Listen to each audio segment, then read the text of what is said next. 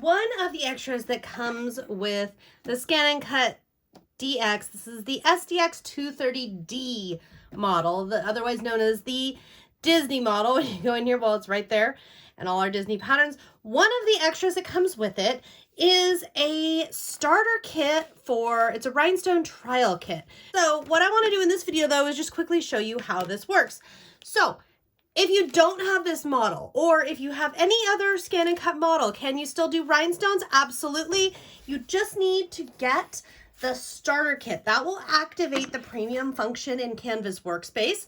And then normally what you do in Canvas Workspace, design your rhinestone pattern, and I have videos of this here on YouTube. And then you bring the pattern over here. What this specifically has, you don't have to have any of that here to do the trial patterns. So you'll find them right here. There is a tiara, there is a Mickey silhouette, a Minnie silhouette, and love. I'm going to do the Minnie silhouette. So there is no changing this if you try to change it. The reason is, you see all of those circles, this is designed for rhinestones, which are provided, some starter rhinestones are provided here. So what I'm gonna do here, I can see that I have it over here. So I'm just gonna move it over. You can scan the mat if you would like to see where that material is, and that just... So I've scanned this in here, as you can see, and I'm centered this on our material. Now, the ScanNCut is going to cut all of the little circles needed for this pattern.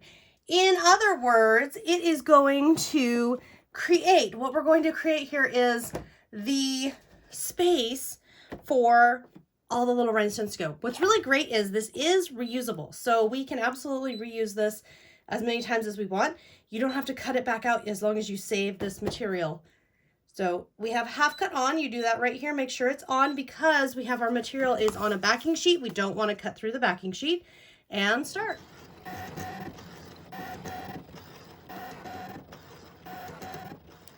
Next up, you're going to want to take your pick tool, and as you can see, I've already started, I'm just finishing up.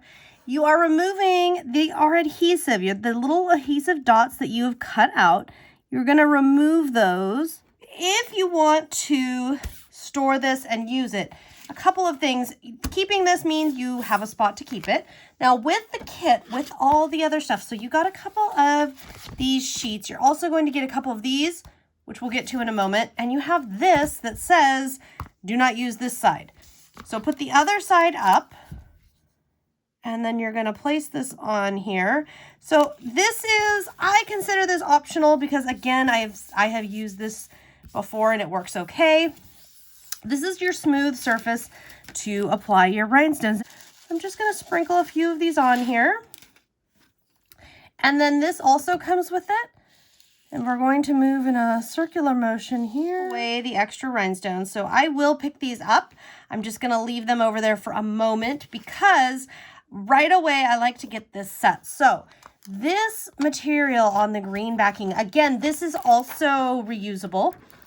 This is sticky. This is your transfer sheet. This is what we're going to use to pick up the rhinestone design and take it and iron it onto something. Because these rhinestones that come with it, these are heat fixed. So these will react with the heat of an iron. So what we're going to do is I try to do this fairly quickly and gently.